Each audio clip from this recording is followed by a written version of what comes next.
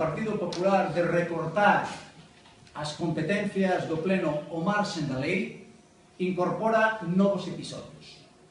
E deixa de ser unha anécdota, como así podíamos entender fai 2 anos, para convertirse nunha estrategia claramente planificada polo alcalde e polo seu equipo.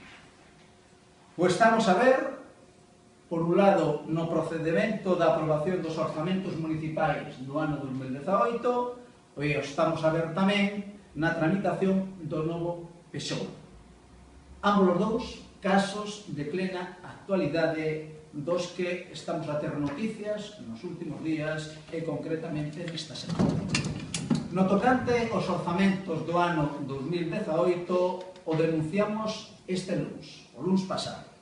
O Goberno municipal pretende modificar as bases de execución orzamentaria e aprobar en Xunta de Goberno o teito de gasto, polo tanto, o límite de gasto, o marco orzamentario a medio prazo e as liñas fundamentais do orzamento.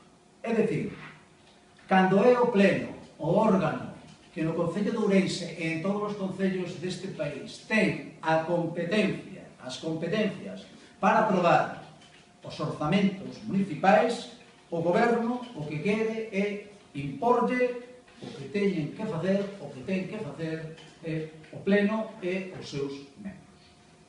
Con respecto á aprobación do novo plan de urbanismo, máis do mesmo.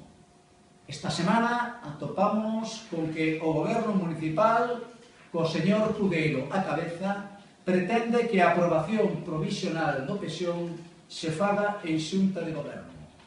E para elo, a argucia que utiliza o Partido Popular é inventarse un debate administrativo que non existía.